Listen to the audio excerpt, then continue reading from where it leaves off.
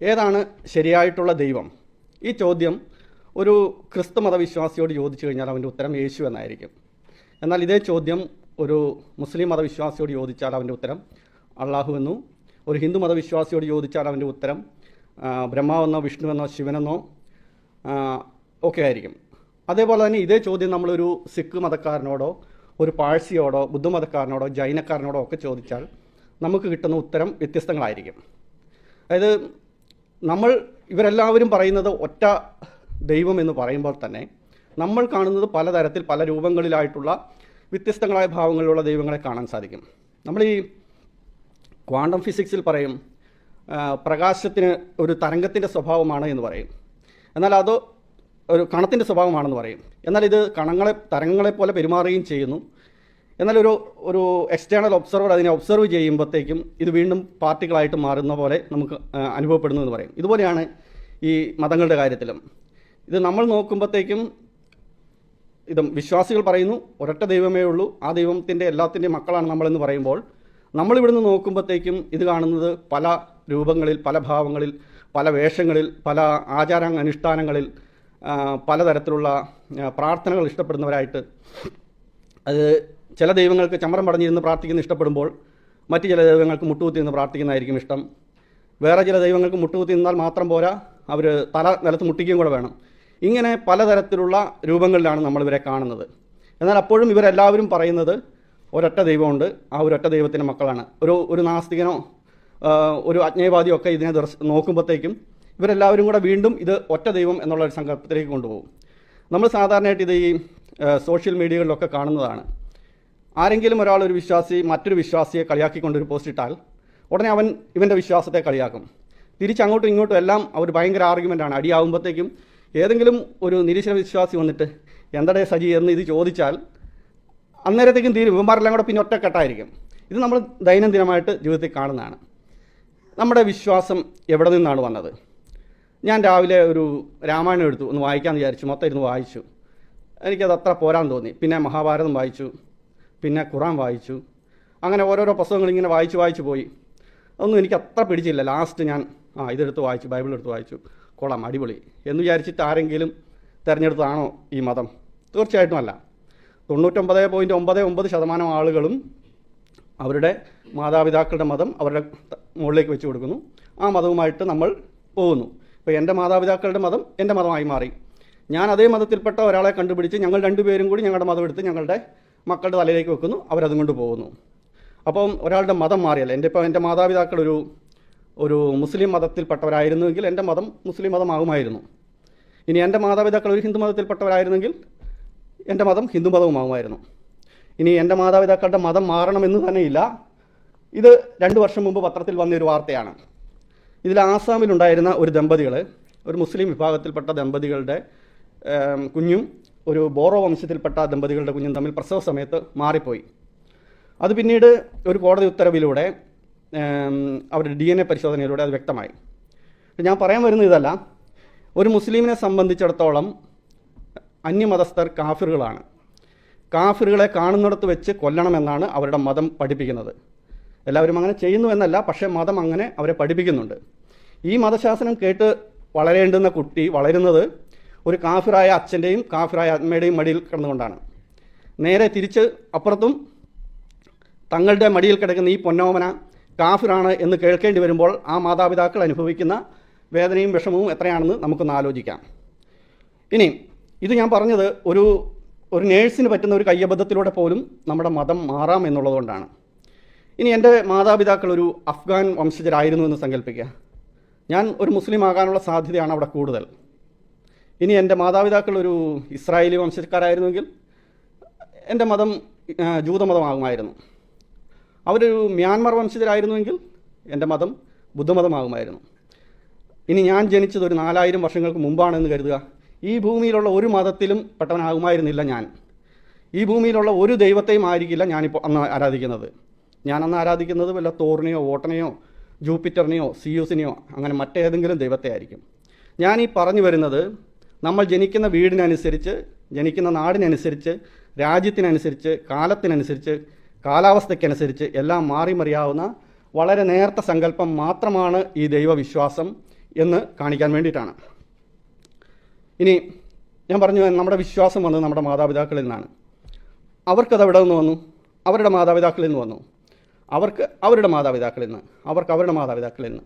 ഇങ്ങനെ നമ്മൾ പുറകോട്ട് പോയെന്നാൽ, ഒരു 10,000 വർഷം പുറകോട്ട് ചെന്നാൽ, ഏതെങ്കിലും ഒരു കാട്ടിൽ വളരെ പ്രാകൃതരായിട്ട് ഒരു പക്ഷേ ഇലകളൊക്കെ കൂട്ടിത്തുന്നി നഗ്നത മറച്ചിരുന്ന ഒരു മനുഷ്യരുടെ ആ ഒരു കാലഘട്ടത്തിലേക്ക് നമുക്കൊന്ന് സങ്കല്പത്തിലൂടെ കടന്നു ചെല്ലാം. അവർക്കറിയില്ല ഈ പ്രകൃതിയിൽ നടക്കുന്ന പല കാര്യങ്ങളുടെയും ഉത്തരം അവർക്കറിയില്ല.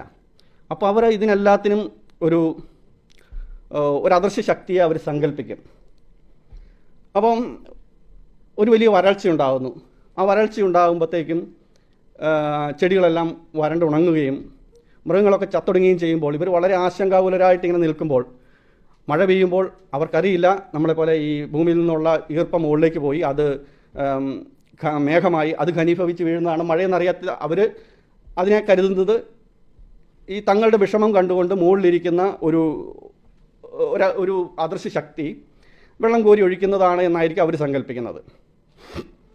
ഈ സങ്കല്പങ്ങൾ പിന്നീട് അവരുടെ കഥകളായി പറയും, പിന്നീട് അവരുടെ മതസംഹിതകളായിട്ട് എഴുതി വെക്കുകയും ചെയ്യും. അവിടുന്ന് ഭൂമിയെ നനപ്പാൻ മഴ പെയ്യിച്ചു എന്നവർ എഴുതി വെക്കും. ഇനി ഒരു വലിയ ഇടിമിന്നൽ വന്നു, ഒരു വലിയ മരം നമ്മുടെ കൺമുമ്പിൽ വെച്ച് പെടന്ന് വീഴുന്ന കാണുമ്പോൾ അവർക്കറിയില്ല മേഘങ്ങളിൽ നിന്ന് ഇത്ര വൈദ്യുത ചാർജുകൾ ഉണ്ടാകുമെന്നും ഇതിന് മരത്തെ പോലും പെടത്താൻ അറിയാൻ പറ്റുമെന്നും അറിയില്ലാത്ത വരുമ്പോൾ അവർ അതിന് സങ്കല്പിക്കുന്നത് ഇത് ആ മുകളിലിരിക്കുന്ന അദ്ദേഹത്തിൻ്റെ കയ്യിൽ ഒരു സ്വർണ്ണവാളുണ്ട്, ആ സ്വർണ്ണവാൾ വെച്ച് വെട്ടി വീഴ്ത്തുന്നതാണെന്ന് അവർ സങ്കല്പിക്കും. അവരതനുസരിച്ച് കഥകളുണ്ടാക്കും.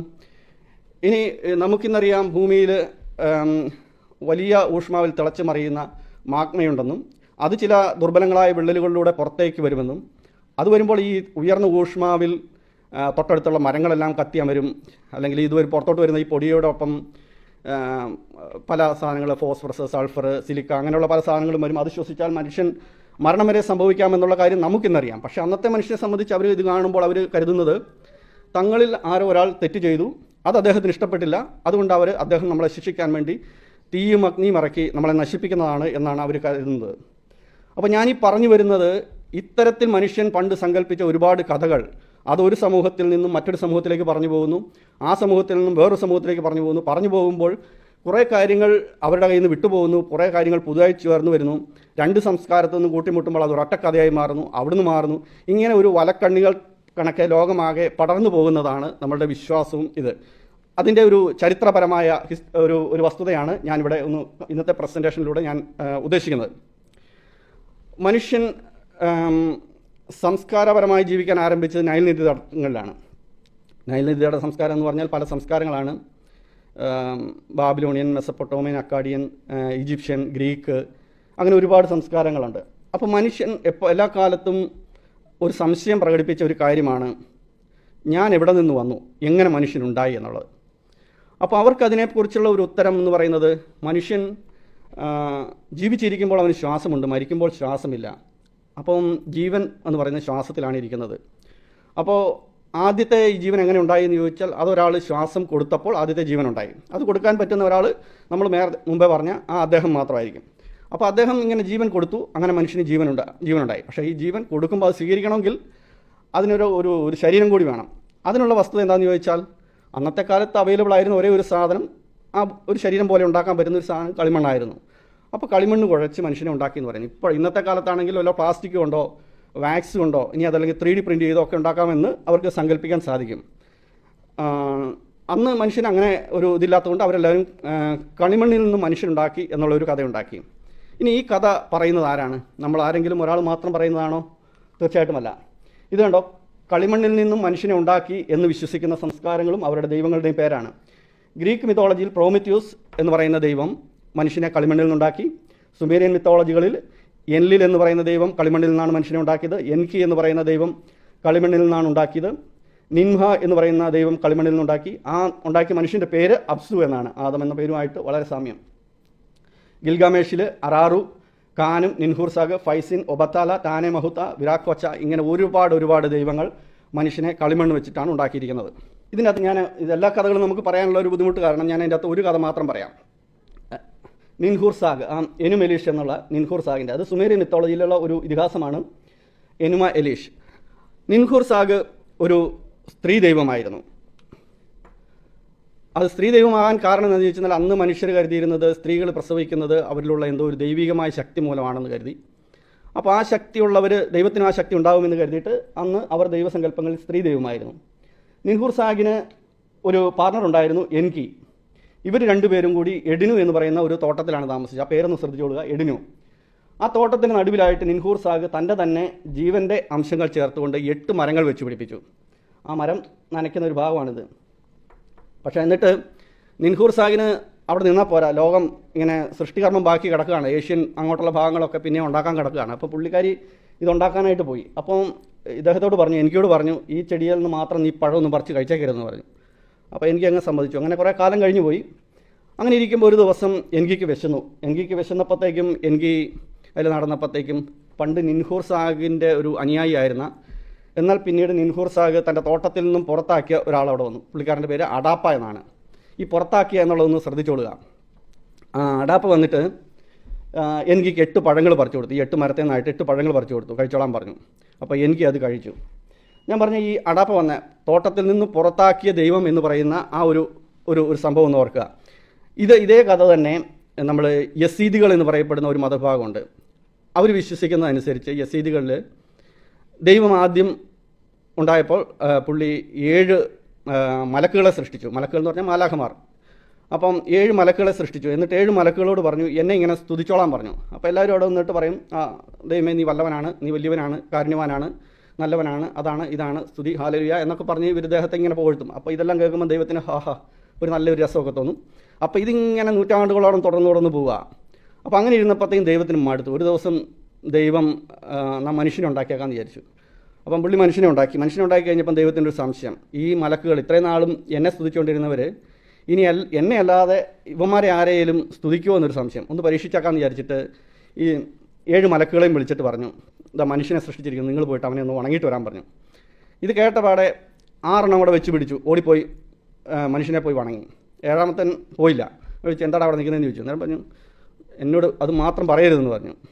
നമ്മുടെ മറ്റേ ഈ സിനിമയ്ക്കകത്ത് പറഞ്ഞാൽ എൻ്റെ ഷാജിയേട്ട എന്നെക്കൊണ്ട് അത് പറ്റുമെന്ന് തോന്നുന്നില്ല, കാരണം ദൈവത്തെ മാത്രമേ, നാഥനെ മാത്രമേ എനിക്ക് വണങ്ങാൻ പറ്റുള്ളൂ എന്ന് പറഞ്ഞു. അപ്പം ദൈവത്തിന് അത് ഭയങ്കര ഇഷ്ടപ്പെട്ടു, കാരണം ഇവൻ നല്ല വിശ്വസ്തനാണ്, കൊള്ളാം എന്ന് വിചാരിച്ചു. അപ്പോൾ പറഞ്ഞു, നിന്നെ അനുഗ്രഹിച്ചു, നീ ഈ ദൂതന്മാരിൽ ഭയങ്കര മിടുക്കനായിരിക്കും എന്ന് പറഞ്ഞു.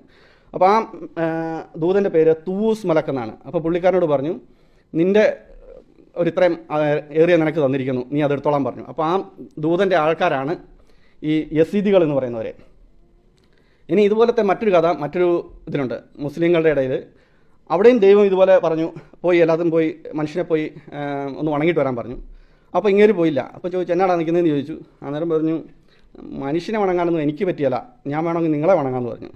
അപ്പം ദൈവത്തിന് ഭയങ്കര കലിപ്പായി, കാരണം ഞാൻ പറയുന്ന അനുസരിക്കാത്തവരുതായിരുന്നു. പറഞ്ഞു, കടക്കടാ പുറത്തെന്ന് പറഞ്ഞു. അവിടുന്ന് പുള്ളിയെ പുറത്തേക്ക് അടിച്ചു. അങ്ങനെ അവിടുന്ന് പുറത്താക്കി. ആ പുള്ളിയുടെ പേര് ഇബ്ലീസ് എന്നാണ് അവരുടെ കഥയിൽ.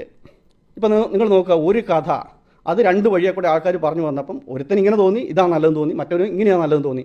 ഈ 2 കഥകൾ വന്നപ്പോൾ എന്താണ് സംഭവിച്ചതെന്ന് നമുക്ക് നമ്മുടെ ഇപ്പോൾ നോക്കിയാൽ മതി. ഈ കഴിഞ്ഞ ഒരു 5-6 വർഷത്തിനുള്ളിൽ ഈ ഒരു കഥയുടെ പേരിൽ സിറിയയിലും ഈജിപ്തിലുമായിട്ട് കൊല്ലപ്പെട്ടത് ആയിരക്കണക്കിന് ആളുകളാണ്. 5 ലക്ഷത്തിലധികം ആളുകൾ അഭയാർത്ഥികളായിട്ട് ലോകത്തിൻ്റെ പല ഭാഗത്തും തങ്ങളുടെ വീടും കുടിയും സകലതും ഉപേക്ഷിച്ച് അഭയാർത്ഥികളെ പോലെ നടക്കേണ്ടി വരുന്നത് ഈ കഥകൾ, ഒരു കഥ പറഞ്ഞു വന്നപ്പോൾ ഒരു വള്ളിയോ പുള്ളിയോ അങ്ങോട്ടോ ഇങ്ങോട്ടോ മാറിപ്പോയി എന്നുള്ള കുറ്റത്തിൻ്റെ പേരിലാണ്.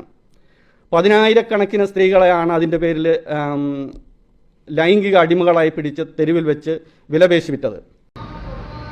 ഈ പ്രോഗ്രാമിലേക്ക് എല്ലാവർക്കും സ്വാഗതം. നമുക്ക് ദൈ സാർ പറയുന്നതിൻ്റെ ഈ പറയുന്ന വാക്കുകളൊന്ന് കേൾക്കാം. ഇതിൽ സാറ് പറയുന്ന ഫസ്റ്റത്തേനെ കുറിച്ച് നമുക്ക് ആദ്യം ഡിസ്കസ് ചെയ്യാം. കാരണം അതാണല്ലോ ഇതിൻ്റെ തുടക്കം വേണ്ടത് നമുക്ക്.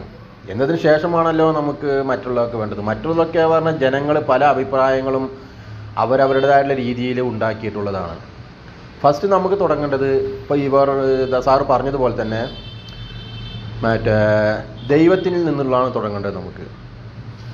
ഇപ്പോൾ സാർ തന്നെ പറയുന്നുണ്ട്, എല്ലാ മതസ്ഥരും അവരവരുടേതായിട്ടുള്ള ദൈവങ്ങളെ അവരവർ പരിചയപ്പെടുത്തുന്നു, അവരവരുടേതായിട്ടുള്ള വിശ്വാസങ്ങൾ കൊണ്ട് അവർ മുന്നോട്ട് പോകുന്നു.